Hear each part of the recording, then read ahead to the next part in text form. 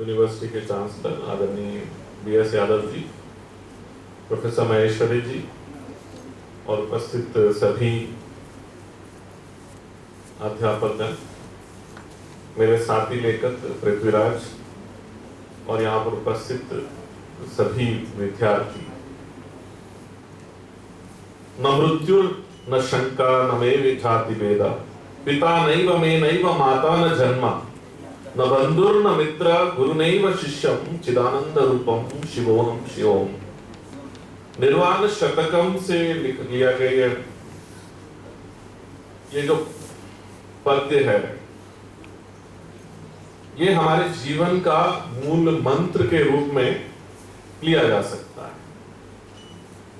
इसमें बहुत सारी चीजें हैं जो हमारे सनातन धर्म के संदर्भ में हमको जीवन जीने की पद्धति सिखाता है।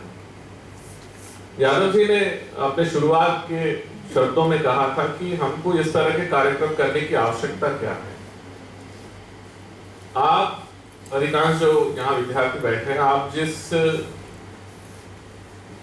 एज से निकलकर गुजर रहे हैं, जब आप एक समय के पश्चात इस जीवन मतलब जो जीवन हम जी रहे हैं, इस जीवन जो दैनंदिन जीवन है, जो हमारे प्रोफेशन है, हमारे पारिवारिक इश्यूज हैं, इन सब चीजों से निकलकर जब आगे बढ़ते हैं तो बहुत सारे, क्योंकि जीवन अपने आप में जो है समस्या मूलक है, उसमें से हमको एक आनंददायक जीवन जीने का प्रयास करने की जरूरत पड़ती है। तो अक्सर जो है आपको पीछे मुड़ के देखने की आवश्यकता पड़ती है कि ऐसे मौके पे हमारे माता पिता क्या करते थे। वो कभी बताते नहीं थे, लेकिन कुछ तो ऐसा करते थे कि इस समय को पार कर आगे हम चले जाएं। या फिर हमारे गुरुजन क्या बोलते थे, या फिर हमने कहीं पढ़ा था, या फिर कहीं सुना था, या किसी ने हमको कुछ सिखाया था। और ये अक्सर जो है हम तब महसूस ज्यादा करते हैं जब हमारे पेरेंट्स नहीं रहते हैं, जब गुजर जाते हैं। ये बहुत ज्यादा हमको पीड़ादायक होता है। और फिर उस समय बिना हमारे सोच के ही, बिना हमारे सोच के ही को हम कुछ ऐसे चीजें करते हैं जो हूबहू हमारे पेरेंट्स करते थे।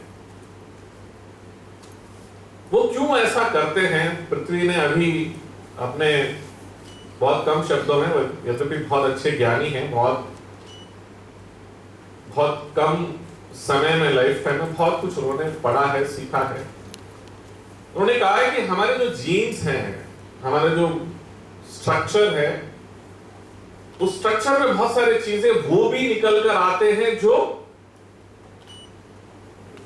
हमारे जीवन को एक दिशा देते हैं, एक डायरेक्शन मिलता है। तो ये जो जीवन जीने की पद्धति जो है, ये अभी पैदा नहीं हुआ है। ये जीवन जीने की जो पद्धति है, ये बहुत मतलब हम जिस तरह से हमारे सनातन धर्म के एजेस को डिवाइड करते हैं, मतलब वैदिक काल से, पुरानिक काल से, तो हमारा जो जीवन जीने का जो पद्धति है, उसी को हम सनातन धर्म कहते हैं। और उसी में ये तमाम चीजों का वो समाहित होकर हमको आगे बढ़ाता है। तो ये बहुत जरूरी है कि हम समय समय पर ऐसे चीजों को पढ़े, सीखे, करें। 2013 में जब भारत ने क्रिकेट वर्ल्ड कप जीता था, 2011 में, सॉरी, तो विराट कोहली से पूछा गया था कि आपने सचिन तेंदुलकर अपने कंधे पर बिठा के क्यों लेके गए। तो आपको याद होगा विराट कोहली का ये कहना था कि सालों सचिन तेंदुलकर ने क्रिकेट को, भारतीय क्रिकेट को अपने कंधों पे बिठा के लेके गए थे। अब समय हमारा है कि हम उन्हें अपने कंधों पे बिठा के ले जाएं। ये समय है, ये जो है समय है, ये ऐसा समय है जो हमको हमारे पेरेंट्स ने अपने कंधों पे बिठा के बड़ा किया था। जब समय आता है कि हम भी जो है उनका सहारा बनकर आगे बढ़े।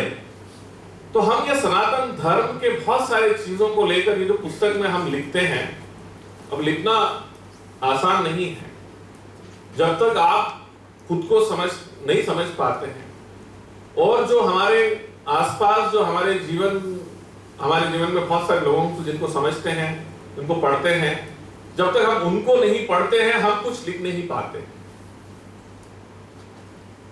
तो ये जरूरी है कि हमारे जीवन में बहुत सारे एक्स्ट्रा करिकुलर एक्टिविटीज के ऊपर हमको ध्यान देना है। मैं ये अक्सर बहुत बार कहता हूं कि कई सारे लोग मुझसे पूछते हैं कि आपकी हॉबीज क्या है, तो मैं बोलता हूं कि बायोग्राफीज और ऑटोबायोग्राफीज पढ़ना। बाकी मेरे पास अच्छा कलेक्शन है बायोग्राफीज, ऑटोबायोग्राफीज। कई लोगों के उनके जीवन के बारे में पढ़ने का मौका मिलता है कि वो क्या किए ऐसा कि वो इतना महान बन गए। तो सिविल सर्विसेज एग्जाम के लिए जब मेरा इंटरव्यू के लिए बुलाया गया ना, तो मैंने ऑब्वियसली उसमें लिखा कि मेरे हॉबीज बायोग्राफीज और ऑटोबायोग्राफीज पढ़ना है। तो जब एग्जाम में गए तो एग्जाम सबसे पहला क्वेश्चन यही था कि आपने इसमें लिखा कि आपका हॉबी बायोग्राफीज और ऑटोबायोग्राफीज पढ़ना है, तो बताइए कि आपने हाल ही में कौन सा ऐसा पुस्तक पढ़ा।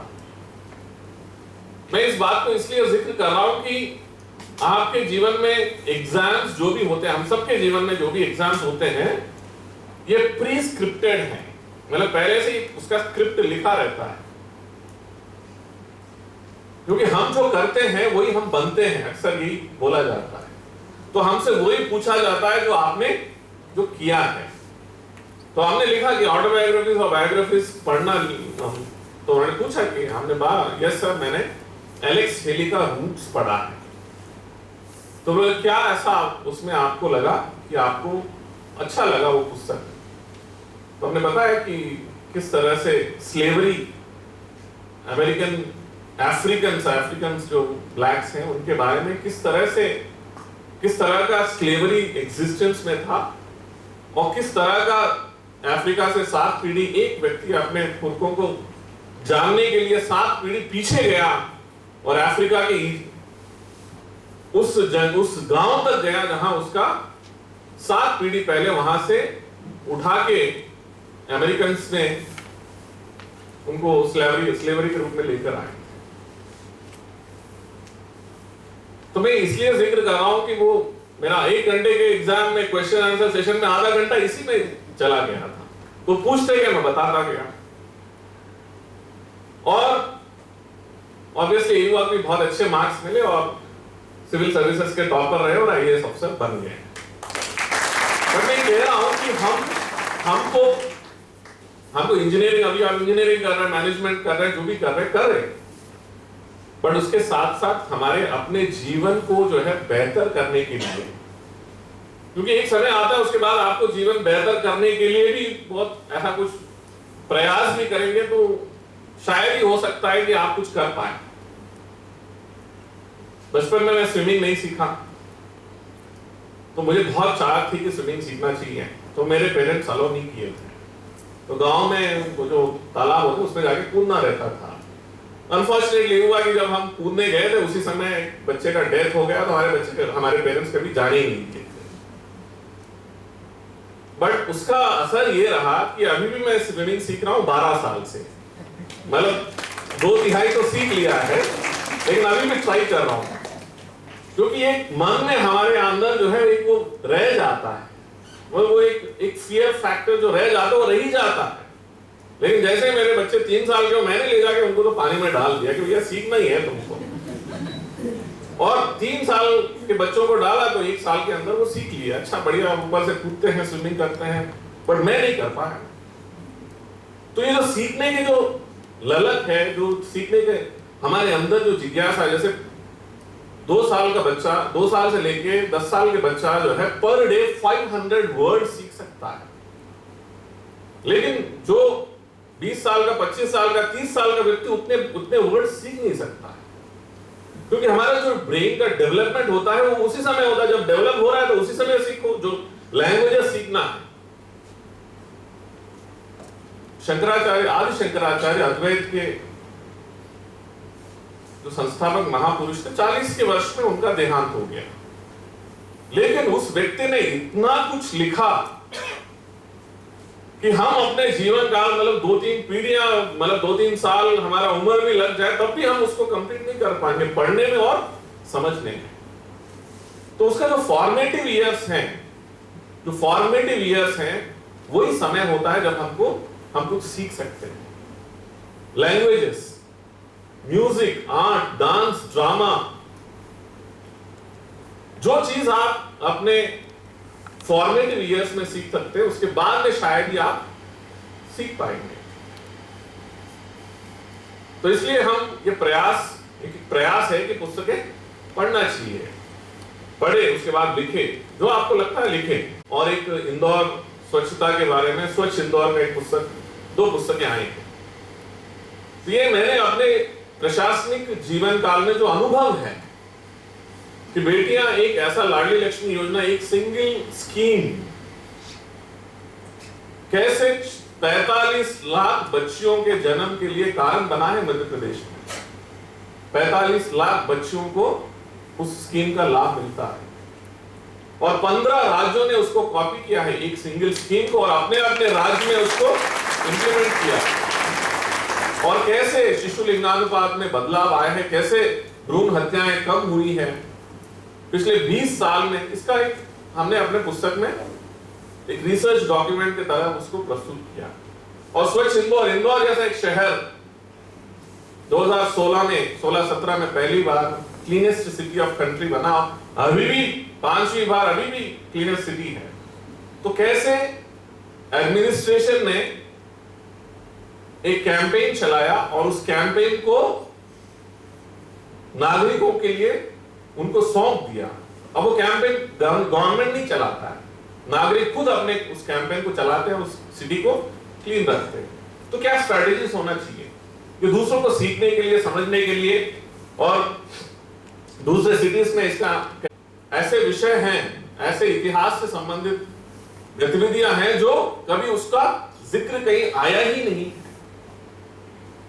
तो जैसे मैं दक्षिण भारत में बहुत सारे लोग बोलते हैं कि जब हम साउथ गए थे तो वहां पे हमने देखा कि एक्चुअली अपना धर्म क्या है। तो हम इस बात को जो है एक बार समझने की आवश्यकता है कि वो धर्म क्या है, एक्चुअली हमको क्या सिखाता है धर्म। बीच में मैं एक बहुत मतलब सनातन धर्म से संबंधित एक व्यक्ति, उनसे मैं बैठ के बात कर रहा था, वो इतिहासकार है। उन्होंने मुझसे कहा कि सर आप इतने सारे पुस्तक लिखते हैं, इतने सारे बहुत सारी चीजों के बात करते हैं, कृपया आप जो है रानी रुद्रमा देवी के बारे में आप कुछ लिखिए, क्योंकि नॉर्थ में जो है उनके बारे में पता ही नहीं है। पहले एक महिला एक बहुत बड़ा काकतीय साम्राज्य को जो है चलाया था, कैसे उनका जो है उनका जो किंगडम था उसमें उनका किस तरह का राज्य को कैसे उन्होंने चलाया।